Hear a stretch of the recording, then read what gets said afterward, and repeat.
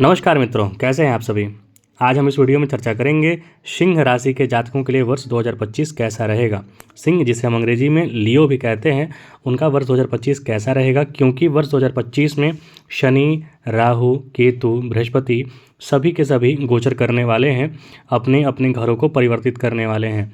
तो इसका सीधा सीधा इफेक्ट राशियों पर पड़ेगा और सिंह राशि पर ज़्यादा पड़ेगा। कारण समझिए, सिंह राशि के लिए शनिदेव का ढैया प्रारंभ हो जाएगा, क्योंकि शनिदेव वर्तमान में आपके सप्तम भाव जो कुंभ है उसमें विराजमान है और उसको छोड़ के वो मार्च में चले जाएंगे अष्टम भाव यानी मीन में। तो आपकी ढैया प्रारंभ हो जाएगी। आपके लिए थोड़ा ये समय सचेत रहने वाला है। आपके लिए ये समय थोड़ा कष्टकारक हो सकता है। आपको वर्ष 2025 में 29 मार्च के बाद ऐसा महसूस होगा कि बहुत सारे कार्य आपके जो हैं या तो विलंबित हो जा रहे हैं या फिर होते होते रुक जा रहे हैं, अटक जा रहे हैं। मतलब परेशानी जो है आपका साथ नहीं छोड़ रहा है, परेशानी आपके बढ़ेंगे इस अवधि में। तो यहाँ पर आपको सावधानी सतर्कता बरतना है। और सारे ग्रहों के आधार पर हम आइए एक सरसरी निगाहों से दृष्टि डालते हैं। यदि आप बृहस्पति देव को देखेंगे तो बृहस्पति देव आपके लिए वर्तमान में 10वें भाव में विराजमान है। फिर उसके बाद चले जाएंगे वे 11वें भाव में, बीच के मतलब मई से लेकर नवंबर तक। और उसके बाद नवंबर के बाद वो चले जाएंगे आपके 12वें भाव में। तो मतलब 2025 में बृहस्पति देवता आपके 3 भाव को इफेक्ट करेंगे, पहला 10वां, फिर 11वां, फिर 12वां।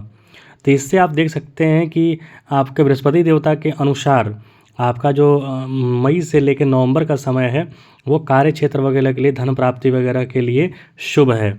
और उसके पहले वर्तमान में भी वो वक्री चल रहे हैं, लेकिन जब मार्गी हो जाएंगे तब भी आपके लिए शुभ परिणाम बृहस्पति देवता लेकर आएंगे। लेकिन वर्ष के लास्ट में नवंबर के बाद से देखें तो वो चले जाएंगे 12वें भाव में, जो कि बहुत अच्छी स्थिति नहीं होगी।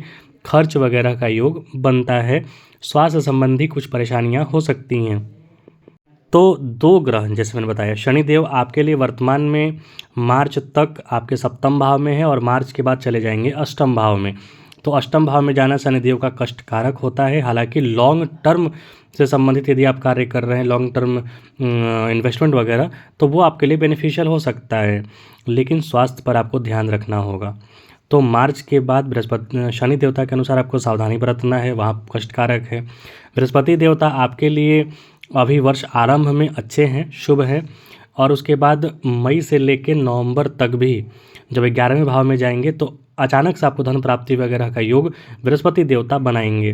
तो वहाँ पर आपको करना क्या है, जब शनि देवता खराब फल दे रहे हों तो बृहस्पति देवता को मजबूत बनाइए, कोई एक ग्रह को पकड़िए। मतलब पीले वस्त्र पहनिए, बृहस्पतिवार का व्रत कीजिए, या फिर बंदरों को गुड़ और जो चना फुलाया हुआ रहता है वो दान कीजिए। मतलब किसी प्रकार किसी एक ग्रह को पकड़ के आपको सही करना हो, ताकि दूसरा ग्रह जो खराब इफेक्ट दे रहा है उसको थोड़ा कम किया जा सके, कष्ट को थोड़ा कम कर सके। क्योंकि बृहस्पति देवता भी नवंबर के बाद 12वें में चले जाएंगे। हालांकि वो उच्च के रहेंगे, बहुत ज़्यादा आपका बिगाड़ेंगे नहीं। आपके लिए घर से अलग, मतलब पैतृक स्थान से दूर से आपके लिए लाभ के योग बनाएंगे, लेकिन फिर भी एक खर्च का तो योग बनाएंगे। चाहे वो आप धन पे खर्च मतलब आप धार्मिक चीज़ पे खर्च करें या फिर अय्यासी पे खर्च करें। तो बेहतर है कि आप धार्मिक चीज़ों पर दान पुण्य में या फिर किसी ज़रूरतमंद के सहयोग के लिए खर्च करें, तो वो आपके लिए पुण्य कारक रहेगा। तो मार्च के बाद से आपको थोड़ी सावधानी बरतनी होगी, ज़्यादा बरतनी होगी। इस वर्ष बृहस्पति देवता अतिचारी योग में भी हैं, मतलब मई से लेकर नवंबर तक वो काफ़ी तेज़ मूव करेंगे। तो जो लाभ मिलने के जो योग है ना, वो लाभ तो मिलेंगे, लेकिन उसमें कुछ ना कुछ कहीं ना कहीं जैसे साइन सिग्नेचर वगैरह में, कागज़ वगैरह में यदि आप ध्यान नहीं दिए तो वहाँ पर भविष्य में आपको दिक्कत हो सकता है। तो आपको जो भी कार्य करना है सोच समझ कर करना है, और कागज़ वगैरह जांच परख करके ही आपको आगे बढ़ना होगा। क्योंकि शनिदेव की ढैया भी चलेगी और बृहस्पति देव अतिचारी भी हैं, और नवंबर के बाद 12वें में भी चले जाएंगे। तो 12वां कोर्ट कचहरी का मामला भी होता है। शनिदेव अष्टम में जाएंगे तो वो भी कोर्ट कचहरी का मामला वहाँ से देखा जाता है। खासकर पैतृक विवाद संबंधी वगैरह जो चीज़ें हैं वो खुल के सतह पे आ सकती हैं। और जो लोग आपके हितैषी बनने का प्रयास करते हैं वो कितने हितैषी होंगे आपके लिए, वो तो आपको मार्च के बाद से दिखने लग जाएगा। तो दोनों ग्रहों के हिसाब से आपको वर्ष 2025 में सावधानी अत्यधिक बरतनी है। अब उसके बाद देखिए आप, शनि राहु वर्तमान में आपके 12वें अष्टम भाव में विराजमान है, जो कि कतई अच्छी स्थिति नहीं है। खास करके जब शनि महाराज और राहु का जो युति होगा मार्च से लेकर मई तक, उसमें आपको बहुत ज़्यादा सावधानी बरतना है। इसमें आप कोर्ट कचहरी के मामले में या फिर कहीं भी विवाद में फंसने के लिए आपका अवसर बन रहा है, योग बन रहा है, तो वहाँ पर सावधानी बिल्कुल बरतें, क्योंकि राहु आपके वर्तमान में अष्टम भाव में विराजमान, जो बहुत अच्छी स्थिति नहीं है। अकस्मात कष्ट कारक योग राहु यहाँ पर बनाते हैं। जैसा कि पहले मैंने बताया था कि वृष राशि के लिए सबसे अच्छा वर्ष रहेगा 2025, लेकिन जो सिंह राशि है उसके लिए बहुत ही ज़्यादा सावधानी बरतने का वर्ष रहेगा, क्योंकि यहाँ पर कष्ट कारक स्थितियाँ का निर्माण हो रहा है। खासकर सबसे ज़्यादा जो जो फेज़ जो सबसे ज़्यादा कठिन होगा या फिर जो बहुत ज़्यादा परेशानी भरा होगा, वो आप समझिए कि मार्च से लेके और मई के बीच में जो स्थिति होगी वो बहुत ज़्यादा परेशानी वाला स्थिति होगा। वहाँ पर आपको कोर्ट कचहरी के मामलों से बिल्कुल बच के रहना है, गंदी राजनीति से बच के रहना है, तो सावधानी वहाँ पर आपको बरतने की आवश्यकता है।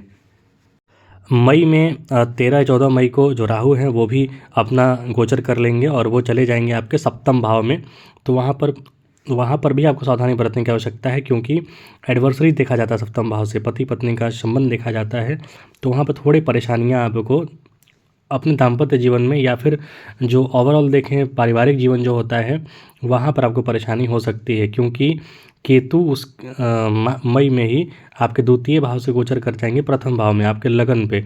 तो ये स्थिति जो है आपके लिए, यदि आप आध्यात्म से जुड़ते हैं, अपने अंदर के आत्मा को जानने की कोशिश करते हैं, सत्य की खोज की ओर निकलते हैं, तो ये आपके लिए बहुत सही है। लेकिन पारिवारिक उलझनों में यदि आप फंसते हैं, पारिवारिक जीवन में फंसते हैं, तो केतु लगन में बैठा हुआ अच्छा फल नहीं देता है। तो कुल मिलाकर सिंह राशि के जातकों के लिए मैं यही कहूँगा 2025 में कि आप अत्यधिक सावधानी बरतें, अपने परिवारजनों से, हितजनों से अपना आशीर्वाद लें, उनसे विचार विमर्श करें, उसके बाद ही कोई कार्य लें, बड़े निर्णय लें, क्योंकि भ्रम की स्थिति बन रही है, यहाँ पर कष्ट की भी स्थिति बन रही है। तो अत्यधिक सावधानीपूर्वक जीवन व्यतीत करें, और सबसे अच्छा उपाय इसका यही है, हनुमान चालीसा नित्य 3 बार पढ़िए, सूर्य देवता को अर्घ्य दीजिए और मन को सात्विक रखने का प्रयास कीजिए। आहार विहार जो है आपका वो सात्विक और शुद्ध रखने का प्रयास कीजिए, ये ज़्यादा बेहतर होगा आपके लिए। तो मिलेंगे अगले राशि कन्या राशि के साथ शीघ्र ही, तब तक हमारे साथ जुड़े रहें। देखने के लिए बहुत बहुत धन्यवाद। जय हिंद, जय श्री राम।